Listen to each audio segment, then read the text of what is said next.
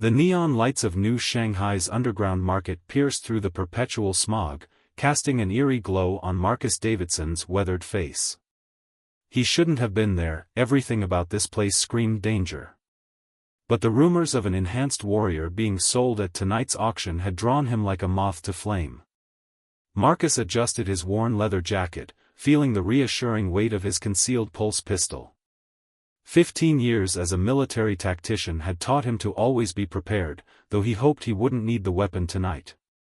The crowd around him grew thicker as he approached the auction house, a converted warehouse that had seen better days.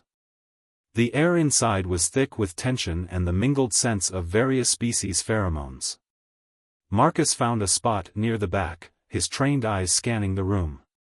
Corporate executives, crime lords, and mercenary captains filled the space, all hungry for their next acquisition. The thought made his stomach turn. Ladies, gentlemen, and distinguished beings of all origins, a slim figure in an iridescent suit announced from the stage. Tonight's offerings will exceed your wildest expectations. The auctioneer's voice carried an artificial enhancement that made it boom throughout the warehouse.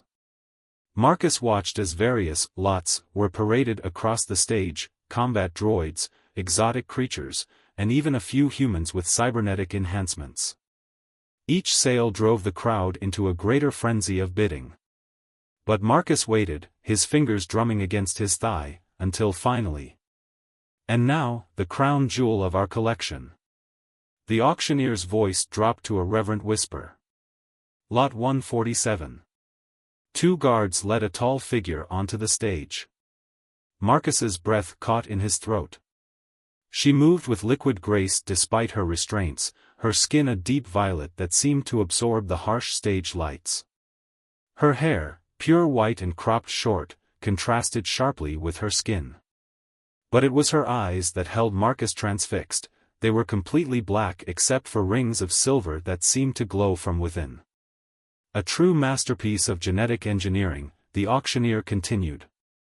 Enhanced strength, speed, and reflexes far beyond human norm. Tactical processing capabilities that rival our most advanced AI systems. Ladies and gentlemen, I present to you a Thanatos-class warrior. The crowd murmured excitedly.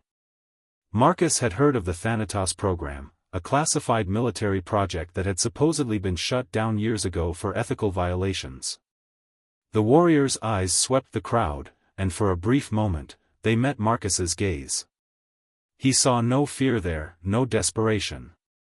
Only a cold calculation that sent a shiver down his spine.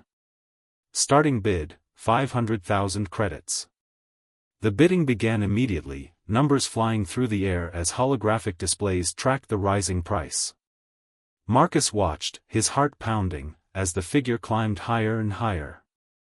He had come here out of curiosity, telling himself he just wanted to confirm the rumors. But now, 2 million credits. A corpulent man in corporate dress shouted, his cybernetic monocle glinting.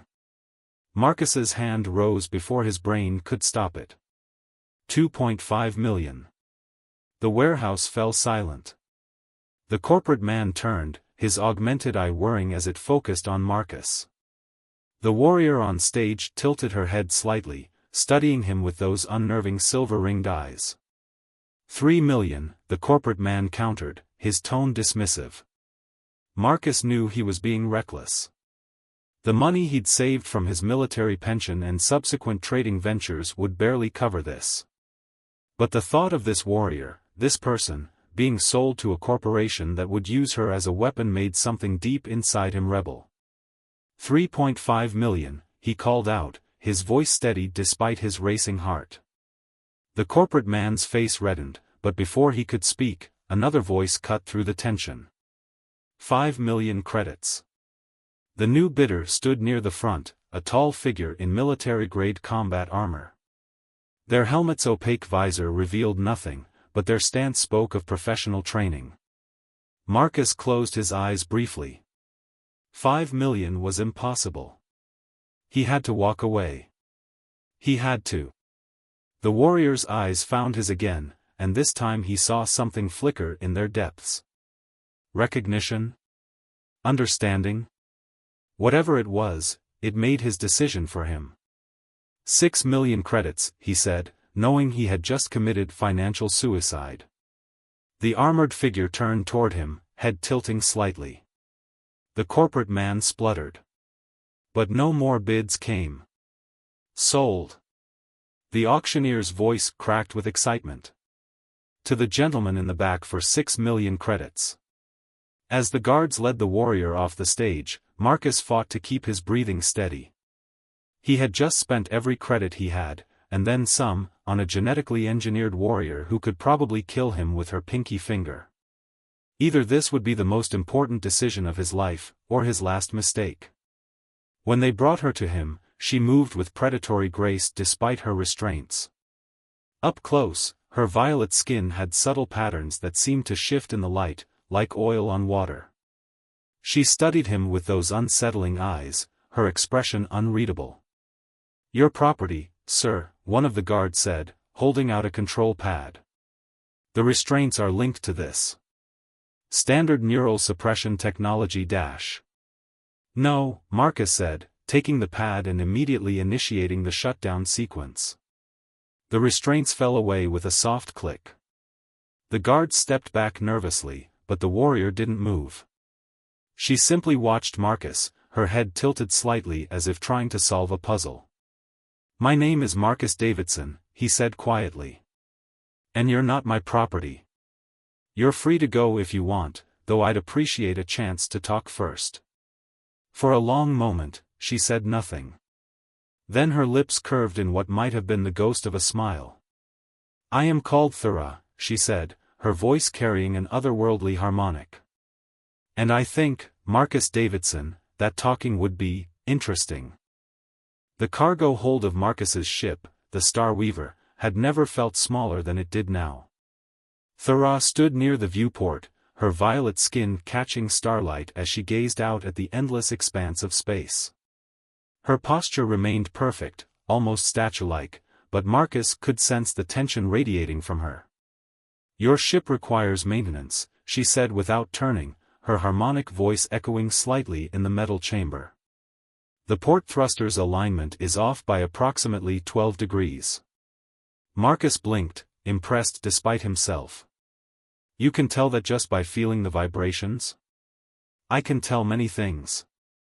Now she did turn, those silver-ringed eyes fixing on him with unsettling intensity. "For instance, I can tell that you have no plan. That you spent more than you possess to purchase my freedom. That you are, as humans say, in over your head." He couldn't help but chuckle. "All true. Though I prefer to think of it as improvising. Improvisation gets warriors killed." Her tone wasn't harsh, merely matter-of-fact. "Why did you do it?" Marcus leaned against a cargo container, considering his answer carefully. "Honestly? I'm not entirely sure. Something about the way you looked at me during the auction. You weren't broken. Weren't begging. You were, evaluating." "I was." Thura took a step closer, her movements liquid smooth. "I still am. Your former military, special operations based on your stance and situational awareness. But you left. Why?" "Same reason you're not with whoever created you anymore," Marcus replied quietly. "Couldn't stomach what they wanted me to do." Something flickered in those otherworldly eyes. "The Thanatos program was not meant to create warriors," she said, her voice dropping to a near whisper. "We were meant to be slaves. Weapons without will. But they miscalculated. They gave us too much awareness, too much ability to process and analyze. They thought they could control it with neural suppressors and conditioning." Marcus felt a chill run down his spine. "How many others are there like you?" "Originally? 50. Now?" Her expression darkened. "I do not know. Many died in the initial escape attempts. Others were decommissioned when they showed signs of independent thought. I survived because I learned to hide my awareness, to play the obedient soldier while looking for an opportunity. Until something went wrong, Marcus guessed. Thurah's lips curved in a bitter smile. They ordered me to execute civilians. Refugees seeking asylum from corporate expansion. Children among them. I refused. They attempted to activate my neural suppressors, but I had already disabled them. The battle. She paused, her hands clenching slightly. I did not wish to harm anyone. But they gave me no choice. Before Marcus could respond, the ship's proximity alarm blared to life. He rushed to the cockpit, Thurah following silently behind.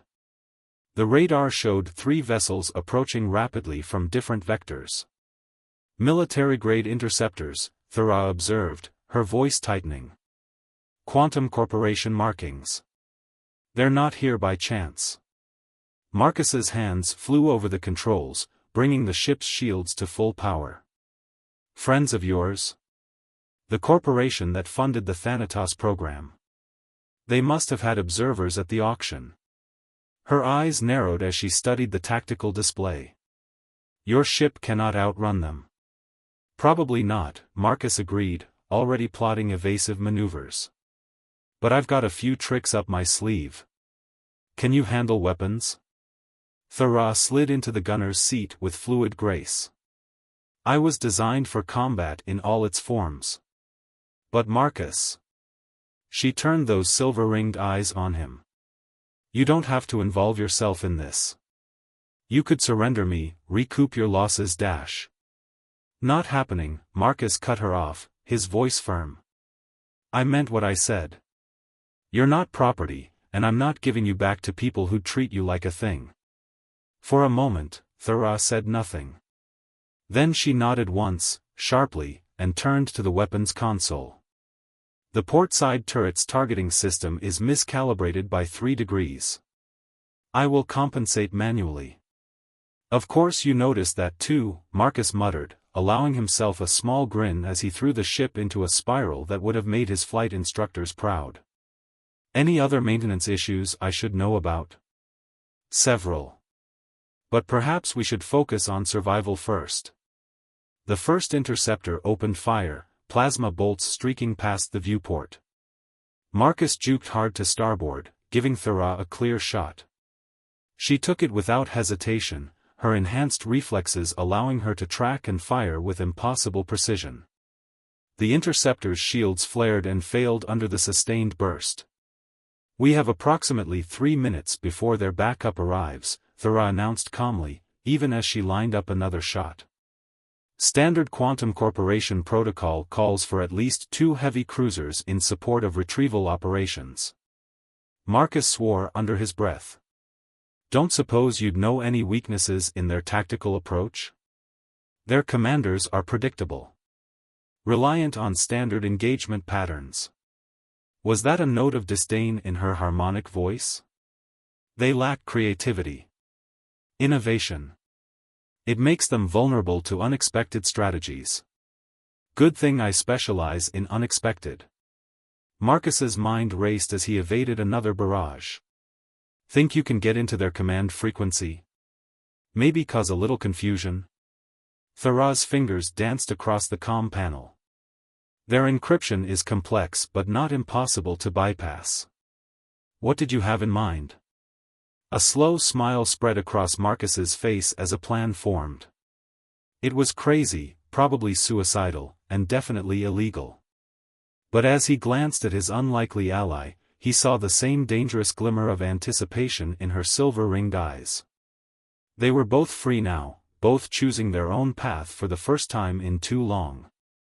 And if Quantum Corporation wanted a fight, they'd give them one they'd never forget.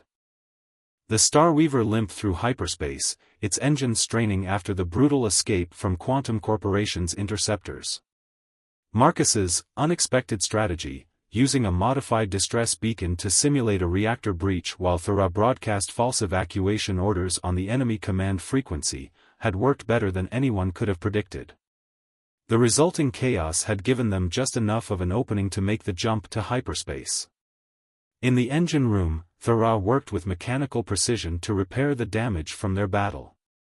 Her violet hands moved with surgical accuracy among the cables and circuits, making adjustments that would have taken a skilled engineer hours to complete. "Your improvisation was effective," she said as Marcus handed her another tool. "Though extremely risky. The probability of success was approximately 23%. "Sometimes the crazy plans work best," Marcus replied, watching her work. "People don't expect them because they don't make sense. Like spending all your credits to free a dangerous enhanced warrior?" There was something almost like humor in her harmonic voice. "Exactly like that." Marcus grinned, then grew serious. "Though I have to ask, what made you trust me enough to help fight instead of just taking over the ship?" Thara's hands stilled for a moment. "You gave me a choice," she said finally. "No one has done that before." She resumed working, but her voice carried a new weight. "There is something else you should know. During the battle, I intercepted fragmentary communications between the interceptors. They mentioned Protocol Omega and other assets in play." Marcus frowned. "You think there are more like you out there? Other survivors from the program?" "Yes. And I believe Quantum Corporation is actively hunting them." She made a final adjustment and closed the access panel. "The engine efficiency is now at 94%. It will have to suffice."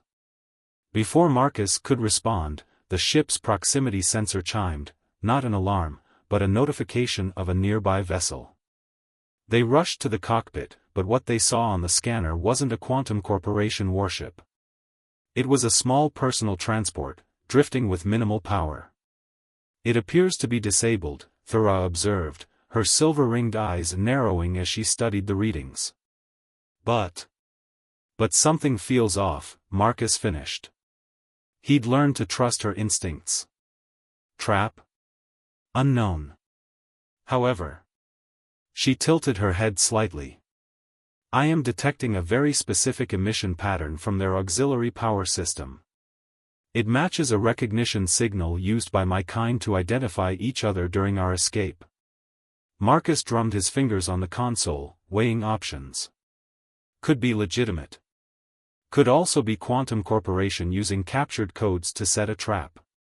Yes. Thara's gaze remained fixed on the sensor display. "We should leave. It is tactically sound." But Marcus heard the slight hesitation in her voice. "But if there's really someone like you out there needing help, the risk is not worth dash." "It is," Marcus cut her off gently. "If our positions were reversed, wouldn't you want someone to take that chance?" Thara was silent for a long moment, then nodded once. "We should approach with shields at maximum. I will monitor for any anomalous readings." They brought the Star Weaver alongside the drifting vessel carefully. As they drew closer, they could see that its hull bore scorch marks from weapons fire. The damage looked recent. "Life signs?" Marcus asked. "One," Thara confirmed. "And?" Her eyes widened slightly. "The biological signature matches Thanatos program parameters." The ship's comm system crackled to life suddenly, making them both tense. A voice came through, male but carrying the same harmonic quality as Thara's, to the approaching vessel: "If you're here to help, prove it. If not." There was a harsh laugh. "Well, this ship's reactor is rigged to overload. I won't be taken alive." Thara leaned forward and spoke clearly, "We all bear the marks of chains, brother. But some of us have found freedom." There was a long pause, then, "Sister? Is it really? Which unit?" "Unit 7, Thara replied. "Though I go by Thara now." Another pause, shorter this time. "Unit 12. I've been calling myself Raiden." His voice carried equal parts hope and suspicion. "You escaped? How?" "It's a long story," Thara said. "And I am not alone. The human with me, he helped me break free. We can help you too, if you'll trust us." Trust? Raiden's laugh was bitter. They're hunting us, 7, Thera. All of us. The ones they couldn't recapture, they're eliminating. I've been running for weeks, staying ahead of their strike teams, but... Let us dock, Marcus interjected. We can make repairs, compare intel. Figure out our next move together. Our next move? Raiden sounded skeptical. And why would a human want to help us? Because it's the right thing to do, Marcus said simply. And because Quantum Corporation needs to be stopped before they can hurt anyone else. The silence that followed felt heavy with possibility. Finally, Raiden spoke again. Docking port is on the starboard side. But I warn you, any sign of treachery. We understand, Thera assured him. You are not alone anymore, brother. As they maneuvered into position to dock, Marcus caught Thera watching him with an unreadable expression. What? You continue to surprise me, she said quietly. Most humans would not risk themselves for beings like us. Marcus shrugged, feeling slightly uncomfortable under her intense gaze. Maybe it's time someone did. Besides, he added with a slight smile, I'm already in way over my head. Might as well dive deeper. The ghost of a smile touched Thera's lips, and Marcus could have sworn her silver-ringed eyes softened slightly. But before either of them could say more, the docking clamps engaged with a solid thunk. Whatever came next, they were about to find out if they'd made the right choice, or walked right into a trap. The meeting with Raiden had changed everything. As Marcus piloted the Starweaver through a debris field on the edges of corporate space, he couldn't stop thinking about what they'd learned. Raiden's intel had painted a picture far darker than they'd imagined. In the co-pilot's seat, Thera sat perfectly still, but Marcus had learned to read the subtle signs of her tension, the slight tightening around her eyes, the way her violet fingers rested just a fraction too precisely on the console. Raiden's ship now followed closely behind them, its systems partially restored thanks to their combined efforts. The male-enhanced warrior had proved to be a valuable ally, his expertise in Quantum Corporation's security protocols complementing Thera's tactical knowledge. It doesn't make sense, Marcus said, breaking the tense silence. Why would they start the program up again? After everything that went wrong the first time. Power, Thera replied, her harmonic voice carrying an edge of controlled anger. The first generation of the Thanatos program proved too difficult to control. So they're creating a new generation, with even stronger neural suppressors and genetic conditioning. They're learning from their mistakes. More like making new ones, Raiden's voice came through the comm, the facility I escaped from, they're not just creating warriors anymore. They're trying to perfect complete biological control. Turning enhanced beings into nothing more than organic machines. Marcus felt his jaw tighten. How many? I saw at least 30 in various stages of development, Raiden replied. But there could be more facilities.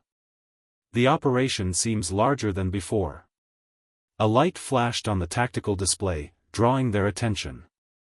Thera leaned forward, her silver-ringed eyes narrowing. Energy signature detected. Massive power readings coming from that abandoned mining station ahead. That's it, Raiden confirmed. The facility is hidden inside. I recognize the power fluctuation pattern, it matches what I saw during my escape. Marcus studied the station through the viewport. It looked derelict, its external structures showing years of apparent neglect. The perfect cover for a secret laboratory. Security? Heavy, Raiden said. Automated defense systems, patrol ships, internal guards. But I managed to download partial schematics before I left. There's a maintenance dock that's relatively unguarded, they consider it too small for any real threat. Define relatively unguarded, Marcus said dryly. Only 2 automated turrets and a 3-person security team, Thera answered, already analyzing the tactical data Raiden was transmitting. The turrets operate on a predictable rotation pattern. With precise timing, we could slip through their coverage gaps. Marcus rubbed his chin thoughtfully. And the security team? Leave them to me, Raiden said, a dangerous edge in his harmonic voice. No killing unless absolutely necessary, Marcus insisted. These guards might just be doing their jobs, not knowing what they're really protecting. There was a pause before Raiden responded, as you wish. Though your mercy may get us killed. Or it might prove we're better than they think we are, Thera said quietly, giving Marcus a look he couldn't quite interpret. They spent the next hour planning their approach.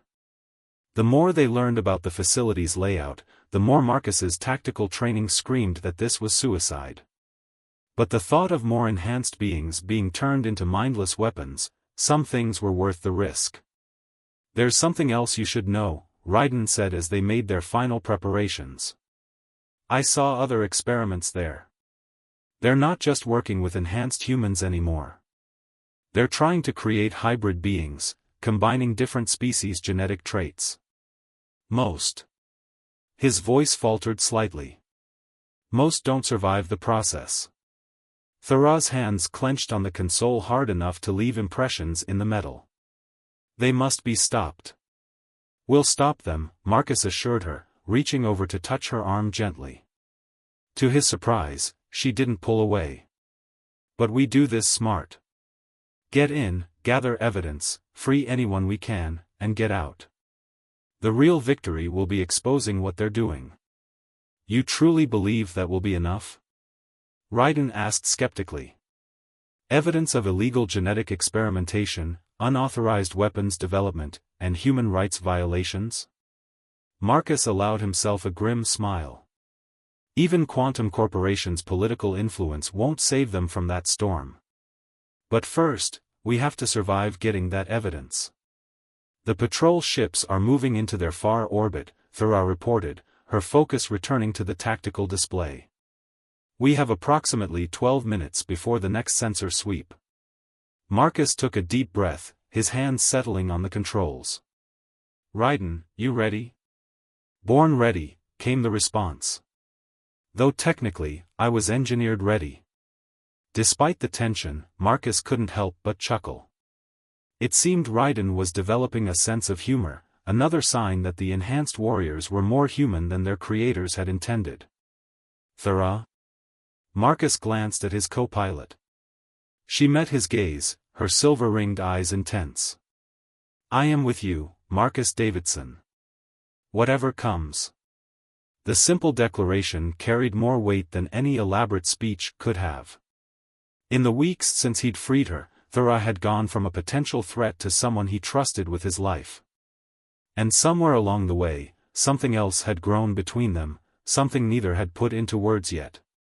All right then, Marcus said, pushing those thoughts aside for now. Let's go crash Quantum Corporation's party. They powered up their ship's engines, keeping them at minimal output to avoid detection. As they crept toward the station, Marcus found himself thinking about how much his life had changed since that night at the auction. He'd gone from a simple trader trying to forget his past to a man on a mission to expose corporate atrocities and free an entire group of engineered beings. But looking at Thera's determined profile, watching how she calculated trajectories and monitored sensors with inhuman precision while still maintaining that core of fierce independence that had first caught his attention, he knew he wouldn't have it any other way. The station loomed closer, its dark bulk blocking out the stars. Soon, they would know if their plan would succeed or if they'd just signed their own death warrants. But whatever happened, they would face it together, a former military tactician, a freed enhanced warrior, and their unlikely ally, united in a cause that was quickly becoming a crusade. The first automated turret began its rotation cycle, and Marcus's world narrowed to the task at hand. It was time to make history, or become another forgotten casualty in humanity's endless quest for power. The interior of Quantum Corporation's secret facility was a maze of sterile corridors and secured laboratories. Marcus moved silently alongside Thera and Raiden, their infiltration having gone smoother than expected, almost too smooth. The security team at the maintenance dock had been easily subdued, and the internal sensors remained blind to their presence thanks to Raiden's insider knowledge. "Something's wrong," Thera whispered, her violet skin seeming to absorb the harsh fluorescent lighting. "Security should be heavier." "Agreed," Raiden said, his muscled form tense as he checked another corner. "They're either incompetent or expecting us," Marcus finished grimly. "But we can't turn back now." They reached a heavily reinforced door marked Research Wing Alpha. Raiden placed his palm on the security scanner, using the genetic markers he'd stolen from a guard. The door slid open with a soft hiss, revealing a sight that made them all freeze. Dozens of stasis pods lined the walls, each containing a figure floating in pale blue liquid. Some were clearly enhanced beings like Thera and Raiden, their skin tones ranging from deep violet to shimmering gold. Others appeared to be hybrid experiments, their forms twisted by genetic manipulation. "By all the stars," Raiden breathed, his harmonic voice thick with horror. "There are more than I remembered." Thera moved to the nearest control panel, her fingers flying over the interface. "Many are still viable. Their consciousness suppressed but intact. We can save them."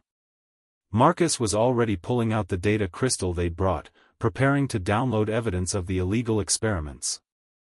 "How long to wake them?" "Approximately 6 minutes for a safe revival sequence," Thera replied. "But Slow applause echoed through the chamber, making them all spin toward its source. A tall woman in an immaculate white suit stepped from the shadows, flanked by 4 enhanced warriors whose black body armor bore Quantum Corporation's logo. "Truly impressive," the woman said, her smile never reaching her cybernetically enhanced eyes. "Unit 7 and Unit 12, returning to free their lesser siblings. And a human champion to help them. How perfectly dramatic." "Director Blackwood," Raiden snarled, his body tensing for combat. "You remember me?" "I'm touched." The director's smile widened fractionally. "Though you should have remembered that I never leave anything to chance. Your escape was allowed, Unit 12. We needed to find others like you who had slipped our net. And now, thanks to your predictable heroics, we have." Marcus's mind raced, calculating angles, examining options. The 4 enhanced warriors were clearly combat-ready, their neural suppressors keeping them under corporate control. In close quarters like this, even Thera and Raiden's abilities might not be enough. "Why?" Thera demanded, her silver-ringed eyes blazing. "Why continue this program when you know we can break free? When you know we're sentient beings?" "Because progress requires sacrifice," Blackwood replied calmly. "The next generation will be perfect. No troublesome free will, no moral qualms. Just pure, efficient weapons that do exactly what they're told." She sighed theatrically. "Unfortunately, that means the prototype generation needs to be eliminated. Can't have you inspiring rebellion in your younger siblings." "You're wrong," Marcus said, taking a deliberate step forward. "About all of it. They're not weapons, they're people. And people will always choose freedom." Blackwood laughed. Bold words from a washed-up military man playing at being a hero. "Kill them," she ordered her warriors. "But leave enough intact for the scientists to study." The enhanced warriors moved with lethal grace, but Thera and Raiden were already in motion. Marcus dove for cover behind a stasis pod, drawing his pulse pistol. The air crackled with energy as the battle began. Thera moved like liquid lightning, her combat skills easily matching her opponent's. Raiden's raw power sent one warrior crashing into a bank of equipment. But their opponents were equally enhanced, and the close quarters made it impossible to gain a clear advantage. Marcus spotted an opportunity and took it, shooting out the main power coupling to the neural suppressor control panel. The fighting stopped as the 4 corporate warriors stumbled, their conditioning temporarily disrupted. "Brothers, sisters," Thera called out to them. "You can choose. You can be free. No. Blackwood snarled, pulling out a sleek remote. Neural suppressors to maximum. Override code dash. She never finished the command. The stasis pods around them had begun opening, their occupants awakening. But instead of the chaos Blackwood clearly expected, they emerged with purpose, with awareness. With rage. How? The director demanded, backing away. The suppressors dash. Were deactivated 4 minutes ago, Thera said calmly. While you were monologuing about your perfect weapons, I was busy freeing our siblings. And they heard everything you said. The corporate warriors turned as one to face Blackwood, their conditioning broken by the truth they'd witnessed. The director's composure finally cracked as she found herself surrounded by the very weapons she'd tried to create, weapons that were now very much aware of what had been done to them. Wait, Blackwood pleaded. I can explain dash. Save it for the authorities, Marcus cut her off, already sending the downloaded evidence to every major news outlet in the sector. I'm sure they'll be very interested in everything we found here. Within hours, the facility was swarming with federal investigators and medical teams. The scandal broke across every major network: illegal genetic experimentation, unauthorized weapons development, human rights violations on a massive scale. Quantum Corporation stock went into freefall as their darkest secrets were exposed to the light. The enhanced beings were granted full rights and citizenship, though many chose to maintain their privacy, disappearing to build new lives away from the public eye. Raiden decided to help others like them transition to freedom, using his experience to guide them. On the observation deck of the Star Weaver, Marcus stood with Thera, watching the station grow smaller as they prepared to jump to hyperspace. Her violet skin seemed to glow in the starlight, and her silver-ringed eyes held a peace he hadn't seen before. What will you do now? He asked softly. You're free to go anywhere, be anyone. Thera turned to face him, and for the first time, he saw her truly smile. I am exactly where I choose to be, Marcus Davidson. Unless, she added with a hint of uncertainty, you wish me to leave? Marcus reached out slowly, giving her time to pull away if she wanted. When she didn't, he took her hand, marveling at how natural it felt despite their differences. Never, he said simply. She stepped closer, her free hand coming up to touch his face with infinite gentleness. Then perhaps we should discuss where we go next. Together. As their ship jumped to hyperspace, carrying them toward whatever adventure awaited, Marcus reflected that sometimes the craziest decisions, like spending everything you have to free a mysterious warrior at an illegal auction, turn out to be the best ones you ever make.